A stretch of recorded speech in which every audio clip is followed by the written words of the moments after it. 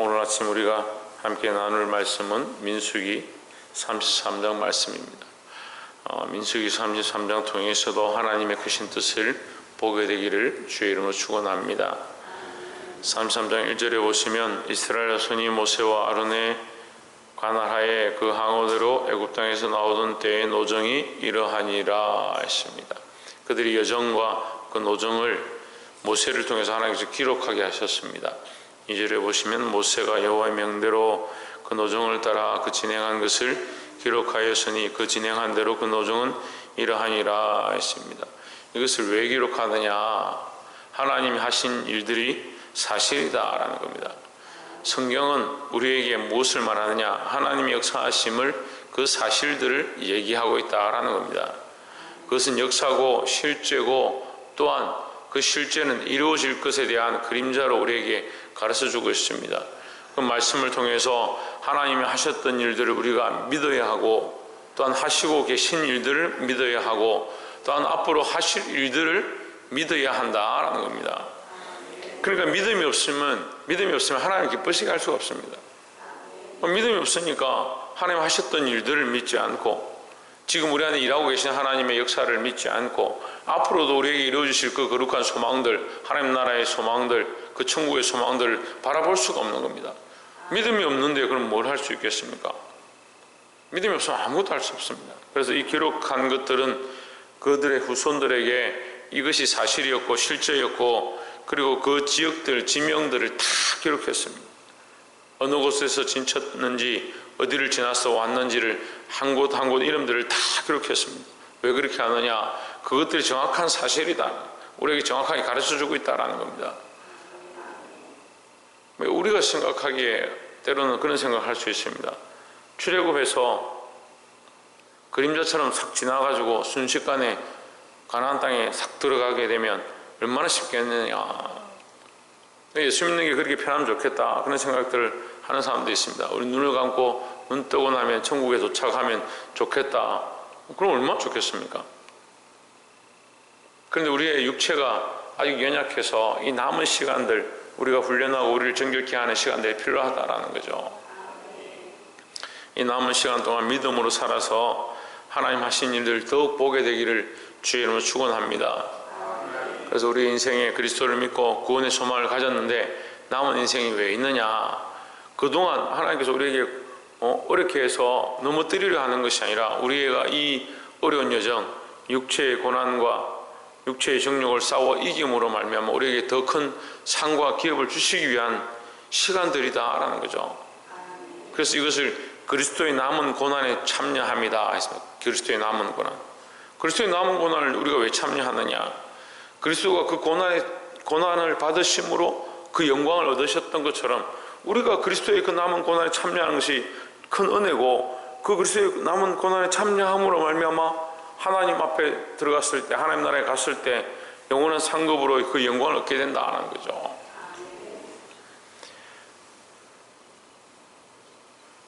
(3절에) 그들이 정월 15일에 람셋에서 발행하였으니 곧 6월절 다음 날이라. 이스라엘 자손이 애굽 모든 사람의 목전에서 큰 건너로 나왔으니 4절 애굽인은 여호와께서 그들 중에 치신 그 모든 장자를 장사하는 때라.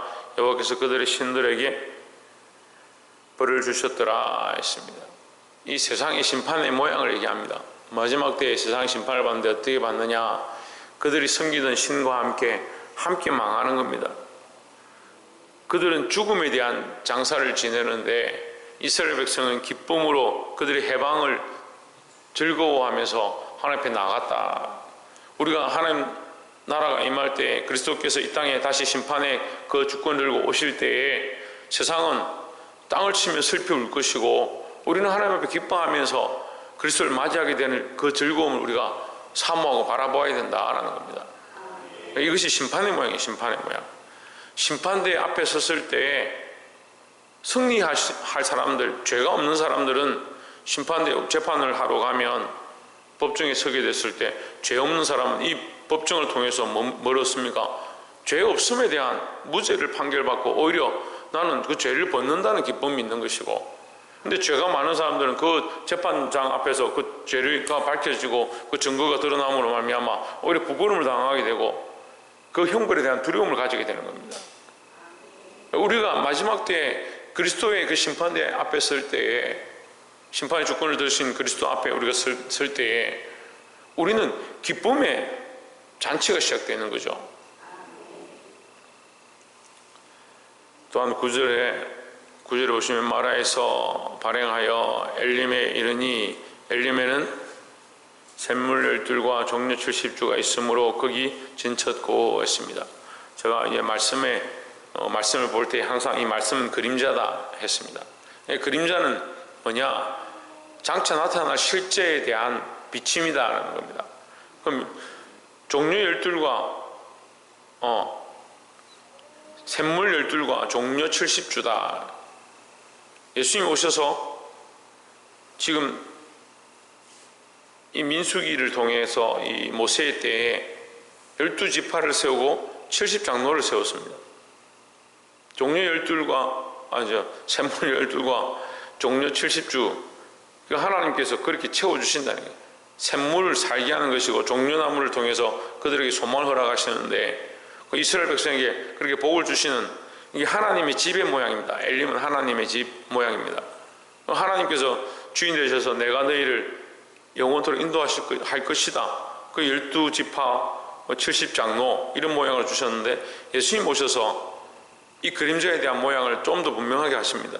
12제자를 세우고 70증인들을 세웁니다. 예수님께서 12제자와 70증인들을 세워서 이 전도하는 데 쓰시는 거죠. 이게 교회의 모양이죠. 근데 마지막 때에 하나님의 보좌 앞에 12보좌가 있고 12장로가 있고 70 증인들이 서 있는 겁니다. 우리가 하나님 앞에 서게 될 것입니다. 그래서 우리가 이 말씀을 가지고 이게 그림자구나, 우리가 하나님 나라에 들어가게 될 그림자구나, 하나님 앞에 서게 될 그림자구나, 하나님의 집이니까 하나님께서 너희를 버리지 않겠다, 내가 너희에게 12샘물과 70종려나무로 너희를 먹이고 인도할 것이다 라는 상징적인 모양을 가르쳐 주는 겁니다. 실제로 38절에 보시면 이스라엘 자손이 애굽 땅에서 나온 지 40년 5월 1일에 했습니다. 40년이 넘도록 하나님께서 그 이스라엘 백성들을 목마르지 않고 줄이지 않고 죽지 않게 하시고 그들을 보호하시고 인도하셨다라는 거죠. 세상에 어떤 신이 250만이나 되는 그 인구를 40년 동안 그 광야에서 먹이겠느냐? 광야에 들어가고 사막에 들어가면 그날 죽는 겁니다. 근데 40년 동안 그들을 먹이시고 인도하셨다.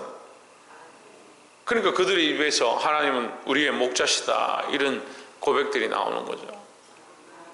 우리가 하루하루를, 어제도 우리가 말씀을 나눴지만 하루하루를 하나님의 은혜라 생각하고 살아야 합니다. 눈을 뜰 때마다 오늘도 지켜주셨으면 감사하고, 지켜주시고 인도하실 줄 믿고 감사하고, 하나님의 은혜를 기억하면서 우리가 하나님 나라를 바라보고 소망하며 사시기를 주의 이름으로 축복합니다.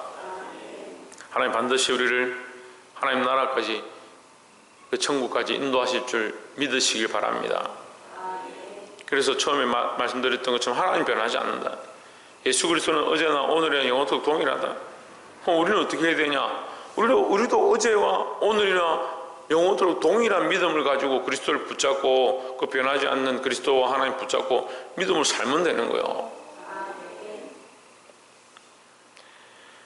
우리가 마지막으로 나눌 것은 52절에 그 땅 거민을 너희 앞에서 다 몰아내고 그 새긴 석상과 부어 만든 우상을 다 파멸하여 산당을 다 회파하고 그 땅을 취하여 거기 거하라. 내가 그 땅을 너희 산업으로 너에게 주었음이라 했습니다. 우리가 여러 번 해서 이 말씀을 나누는데, 하나님께서 그 가나안 땅에 그 거민들과 거기 있는 것들을 왜 다 파하고 멸하느냐, 쫓아내느냐? 그들이 하나님 아닌 것들을 섬겼기 때문에 그들을 쫓아내는 겁니다. 우리가 때로는 그런 생각을 합니다. 왜 하나님께서 그들을 쫓아내고 이스라엘 백성 거기 들어가게 하느냐? 이스라엘은 귀하고 그들은 천하냐? 똑같습니다. 똑같은데 왜 이스라엘이 귀히 여기시느냐? 이스라엘은 그래도 믿음의 조상을 따라서 믿음을 가지고 하나님 아는 대로 나아가지만 그 이방인들은 그렇게 하나님을 배반하고 뭐합니까? 우상을 섬겼다는 거예요. 다시 말해서 그들은 마땅히 심판받기에 합당한 길을 가고 있는 겁니다. 마지막 때 우리는 하나님 앞에 서서 왜 기쁘냐? 심판대 앞에서는 왜 기쁘냐? 우리는 그리스도를 믿었기 때문에 기쁘고 그들은 왜 두렵느냐? 하나님 알만한 것들을 충분히 보여주셨고 온 우주 만물과 자연을 통해서 그 인생을 통해서 호흡을 통해서 하나님 알만한 것들을 주셨는데 그거 하나님 믿지 않으니까 부끄러움을 당하는 거예요. 그래서 예수님께서 종말에 대한 계시를 하실 때 예수님 임할 때 예수님께서 재림하고 왕권을 가지고 오실 때 그들이 뭐라고 말하느냐? 산들아 내 위에 덮여라. 바위야 나를 덮어라. 그런 얘기를 합니다. 그게 무슨 말입니까? 자기들이 죄를 깨닫고 부끄러워서 하나님 앞에 설 수가 없다는 거죠. 그러니까 이 거민들을 왜 쫓아내느냐? 그들이 살고 있는 땅을 왜 이스라엘이 들어오게 하기 위해서 그들을 쫓아내느냐? 하나님 그리 불합리하지 않습니다. 하나님 공의로우십니다. 그들이 그 죄의 가정함이 가득 찼다 했습니다. 그 죄의 가정함으로 그들의 형벌을 받는 거죠. 근데 왜 이스라엘 백성이 그것을 쫓아내고 회파하고 불사르라고 하느냐? 너희가 그것을 알고 그들의 그 타락과 패역함을 보고 너희는 다시 그렇게 하지 말라는 거죠. 그들을 내버려 두면 너희도 그렇게 된다. 55절에 너희가 만일 그 땅 거민을 너희 앞에서 몰아내지 아니하면 너희 남겨둔 자가 너희의 눈에 가시와 너희 옆구리에 찌르는 것이 되어 너희 거하는 땅에서 너희를 괴롭게 할 것이요 했습니다. 괴롭게 한다는 말이 이제 한편으로는 그들이 너희의 가시가 돼서 너희의 삶을 괴롭게 한다 이렇게 볼 수도 있는데 하나님과의 우리 관계가 똑바로 되어 있으면 괴로울 게 없죠. 그런데 그들이 왜 가시가 되느냐? 하나님과 우리와의 관계에 걸림돌이 된다는 말이에요. 우리가 믿음으로 선택하지 않은 수많은 삶이 왜 문제가 되느냐? 하나님과의 우리와의 관계 안에 걸림돌이 된다는 거예요. 내가 하나님 앞에 마땅히 드려야 될 것들을 드리지 않으면 우리가 하나님 앞에 나와서 기도하고 예배할 때마다 듣습니까? 마음이 찔리는 겁니다. 이게 걸림돌이 되는 거예요. 하나님 앞에. 그래서 우리를 믿음으로 나아가게 하는데 하나님과의 거룩한 관계를 맺어가는데 걸림돌이 되게 한다. 너희를 무너뜨린다.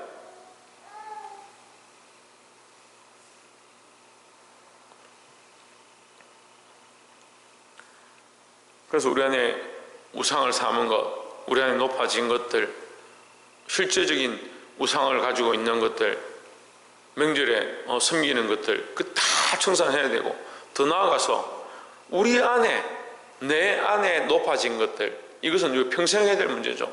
내 안에 내가 섬기는 것, 내가 사랑하는 것, 특별히 자기 자신에 대한 것. 날마다 쳐서 나를 복종케 한다. 사도 바울도 날마다 자기를 쳐서 복종케 하고, 날마다 나는 죽고 주만 살고 날마다 나는 새롭게 한다. 사도 바울도 날마다 한다는데 우리는 오늘날 날마다 자기를 쳐서 복종케 하는 사람이 별로 없는 거예요. 날마다 나는 죽어야 될 죄인이다라고 생각하는 사람들이 별로 없는 거예요. 그러니까 너무 거룩한 사람이 많아요. 하나님이 참 거룩한 게 아니고 자기 스스로 거룩한 거예요. 그런 분들을 만나서 얘기를 해보면 기준이 뭐냐? 자기입니다. 자기를 자기에게 비춰서 나는 잘하고 있는데 라고 생각하니까 세상에서 좀 잘하고 도덕으로 괜찮은 사람들은 어제의 나보다 오늘의 나를 비교하는 겁니다. 어제 내가 이런 실수를 했는데 오늘은 좀 잘했구나 이렇게 비교하는 거죠. 자기가 자기를 왜 비교합니까? 우리는 그리스도를 바라보는데요. 사도 바울은 누구를 바라보냐? 표대 대신 예수 그리스도를 바라보았습니다. 그래서 내가 다 이루었다 함도 아니라 했습니다. 잡힌 바 된 그것을 잡으려고 오늘도 달려가고 있다라고 했습니다. 그런데 왜 우리는 자꾸 멈춰 있습니까? 이미 다 이룬 것처럼, 이미 완성한 것처럼 삽니까? 우리 날마다 하나님 앞에서 내 안에 높아진 것들, 내 안에 우상된 것들, 세상의 습관들을 그리스도의 거울에 비추어서 점점 더 깨끗하게 하고 씻어내는 그런 삶을 살아야 될 줄 믿습니다. 사랑하는 성도 여러분, 오늘 이스라엘 백성에게 민수기 33장을 기록하시면서 이 모든 것이 사실이고 정확한 일이고 하나님께서 그들 가운데 역사하셔서 40년 동안 인도하셨음을 세세하게 기록하고 있습니다. 우리의 인생의 여정도 그냥 지나가는 것처럼 보이지만 하나님 앞에서 반드시 우리의 삶을 드러내실 것이다 라는 거죠. 우리가 천국의 보장 앞에, 그 심판대 앞에 섰을 때 우리의 살아온 인생의 그 모든 여정들을 돌아보실 때 부끄러움 없이 우리가 믿음을 따라서 하나님의 인도하심을 따라서 하나님 여전히 우리를 인도하셨고 보호하셨고 우리를 살게 하셨고 12샘물과 70종류로 우리를 먹이셨음을 보여주실 텐데 우리는 믿음의 고백들을 하며 살았느냐, 원망하고 불평하고 내가 원하는 대로 살지 않았느냐. 그렇게 되지 않도록 날마다 깨어서 자기를 쳐서 복종케 하고 믿음으로 살아가는 여정들이 되시기를 주의 이름으로 축원합니다. 기도하겠습니다.